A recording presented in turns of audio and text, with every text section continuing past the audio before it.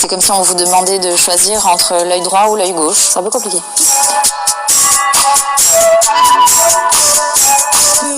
Je pense tout de suite à Ali dès que je pense à l'émotion. Et tout est désemparé, je reste là. Quand soudain je me retourne, il se recule. Et la foule vient de me jeter entre ses bras. Un grand moment aussi avec Thomas Mignot, je me souviens sur la première saison, quand il a interprété une chanson de Gainsbourg, comme un boomerang.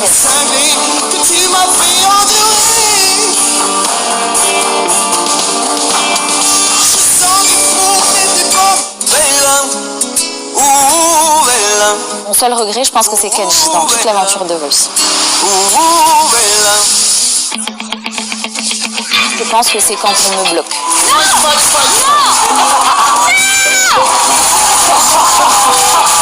C'est une blague. Et vous êtes bloqués, hein. J'adore cette nouvelle règle. Et je déteste quand on m'empêche de me défendre.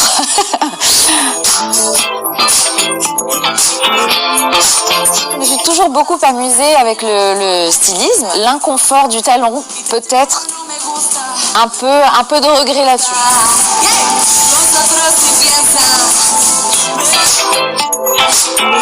Souvent c'est avec Florent, on est du genre à dire les choses et être plutôt sans filtre.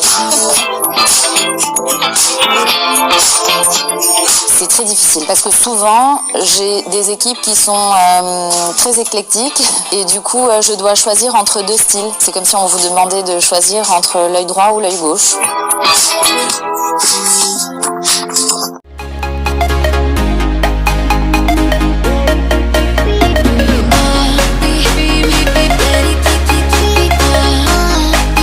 J'y suis pour rien.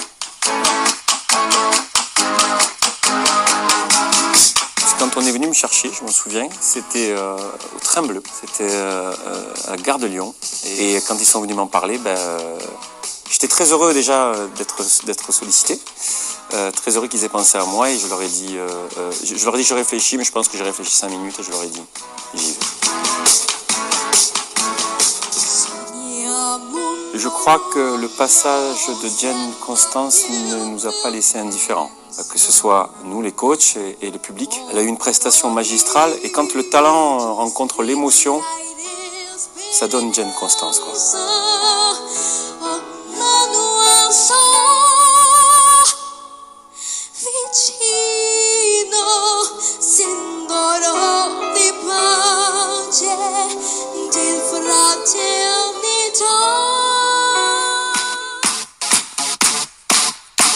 En ce qui concerne le stylisme, je n'y suis pour rien. Voilà. J'aimerais beaucoup mettre les affaires que je transporte dans ma valise, celles avec lesquelles je m'habille tous les jours, mais pour l'émission, et pour le public, et pour les talents, je me devais de faire beaucoup d'efforts. Il y a eu que tu reviennes. Ça fait toujours bizarre parce que je suis pas dans ce truc-là, moi. Enfin, je me dis pas, tiens, ouais, pourquoi il n'y aurait pas une chanson à moi? Pas du tout, au contraire, ça fait bizarre. Et puis je me suis retourné, et puis je crois qu'il est même venu dans mon équipe. Non pas parce qu'il chantait ma chanson, mais parce qu'il a chanté bien. Angelina, quand elle est arrivée avec cet énorme nounours, avec ce tableau, tout va avec. C'est pas juste l'interprétation, juste la prestation, c'est le décor, c'est l'environnement. On a l'impression d'assister au début d'un concert. Et ça m'a fait ça avec Angelina. Rendez-vous, rendez-vous, rendez-vous au prochain règlement. Rendez-vous, rendez-vous, rendez-vous sur mon prochain rêve.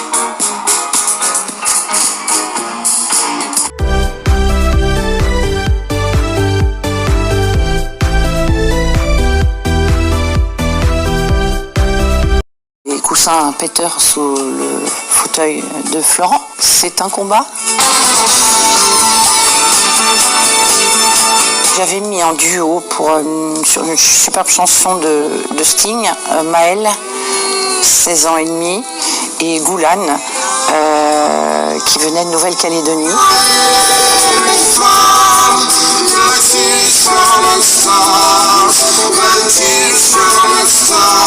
Sauf qu'à la fin, je suis tellement aussi fascinée que tout le monde que j'en oublie qu'il va falloir que je choisisse, ce qui est absolument impossible.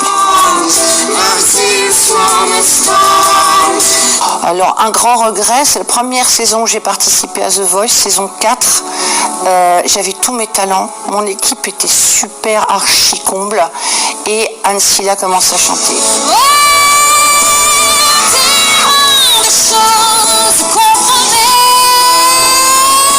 Et je bouillais, c'est-à-dire que j'avais envie d'arracher le buzzer avec mes dents, d'arrêter tout, de dire top top, on dirait que je pourrais avoir un talent en plus. Relativement souvent avec Mika, qui était souvent mon voisin, qui est assez indiscipliné également comme moi.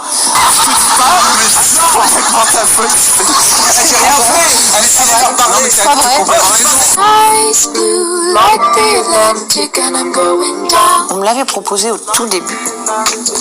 Et puis, je ne savais pas trop ce que ça allait donner. J'avais un peu peur. J'ai toujours un rapport qui pouvait être un peu compliqué avec la télévision. Puis, je l'ai regardé. Voilà, un peu comme tout le monde. Au début, avec une grande méfiance. Et puis, en fait, je me suis retrouvée un peu happée par le programme. Et du coup, j'avoue que quand on me l'a reproposé, je me suis dit, c'est génial, on est aux premières places. On est les spectateurs privilégiés, quoi, en fait.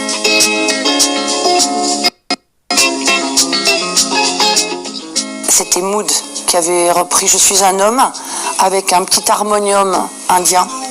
Et c'était assez incroyable, complètement perché. Je suis un homme de Cro-Magnon. Ah, une chanson de Zazie. Oh, le risque. Je suis un singe ou un poisson. Sublime. Sur la terre en toute saison, moi je tourne en rond, je tourne en rond. C'est assez gonflé de la part des talents de reprendre des chansons l'un des coachs. Ça peut être vraiment à double tranchant. De temps en temps, on peut être encore plus sévère parce qu'on se dit, ah oui, ils ont peut-être fait de la démagogie en voulant faire ça. Non, de temps en temps, ils ont le droit d'aimer nos chansons, quoi. Les coussins péteurs sous le fauteuil de Florent, c'est un combat. J'avais mis en duo sur une superbe chanson de Sting, Maël, 16 ans et demi, et Goulan, qui venait de Nouvelle-Calédonie.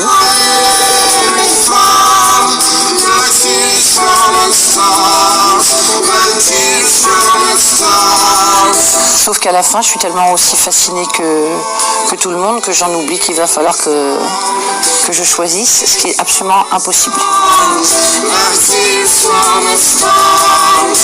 Alors, un grand regret, c'est la première saison où j'ai participé à The Voice, saison 4. J'avais tous mes talents, mon équipe était super archi comble et Anne Silla commence à chanter.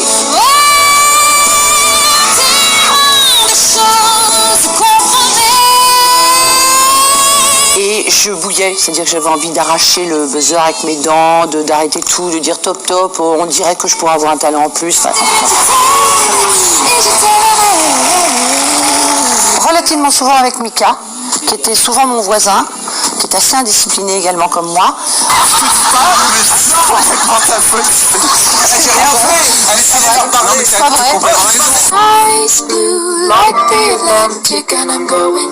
On me l'avait proposé au tout début.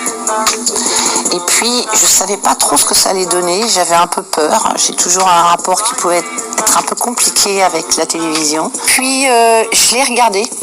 Voilà, un peu comme tout le monde. Au début, avec une grande méfiance. Et puis, en fait, je me suis retrouvée un peu happée par le programme. Et du coup, j'avoue que quand on me l'a reproposé, je me suis dit, c'est génial, on est aux premières places. On est les spectateurs privilégiés, quoi, en fait.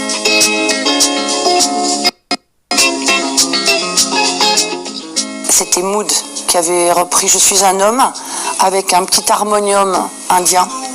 Et c'était assez incroyable, complètement perché. Je suis un homme de Cro-Magnon. Ah, une chanson de Zazie. Oh, le risque. Je suis un singe ou un poisson. Sublime. Sur la terre en toute saison, moi je tourne en rond, je tourne en rond. assez gonflé de la part des talents de reprendre des chansons de l'un des coachs.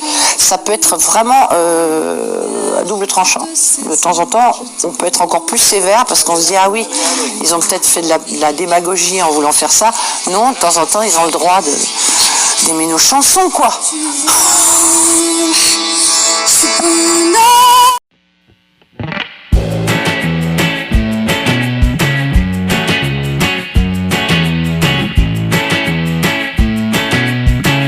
Seulement en utilisant les mots.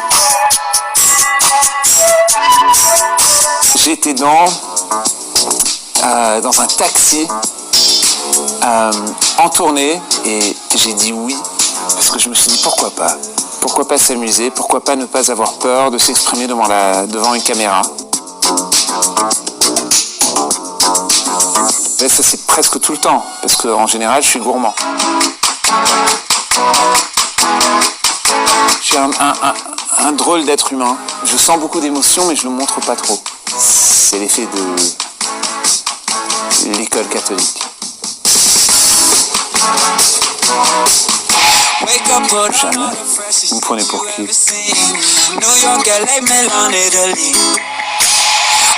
C'est toujours vas-y. Tu m'énerves. En permanence. Mais Zazie et moi, c'est du boxing verbal. Plusieurs fois. J'ai eu ce sentiment avec Kenji, c'est sûr.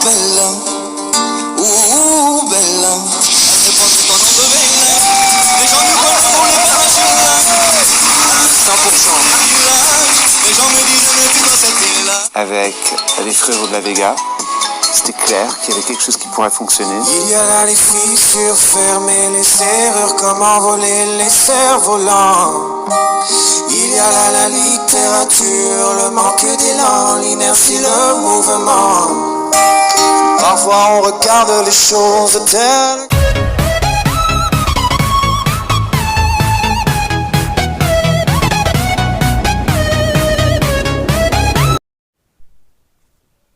J'assume tous mes stylismes.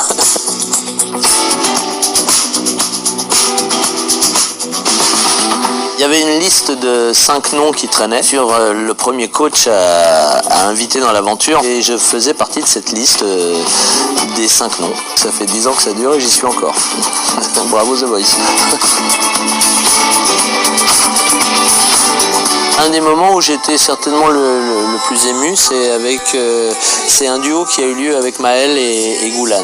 Il s'est passé un espèce de truc incroyable, assez magique, et ça a créé une telle émotion que on est restés tous un peu en larmes.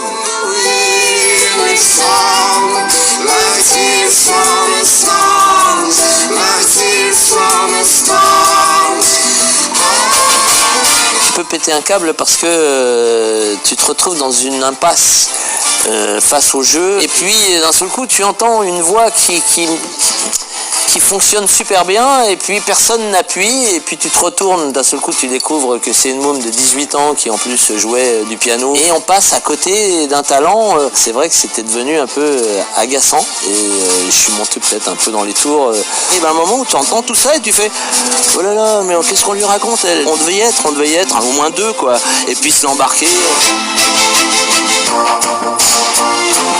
Le moment où je me suis dit ça n'est jamais arrivé car j'assume tous mes stylismes. J'ai pas trop le souvenir de ça. D'abord je suis pas super friand quand on prenne mes chansons. Donc à un moment tu fais ah t'embarques pas là-dessus, trouve autre chose. On savait très tôt que Kenji ça allait être énorme, mais c'est vrai que pour moi celui qui présentait le plus la panoplie de la star, c'était Lisandro.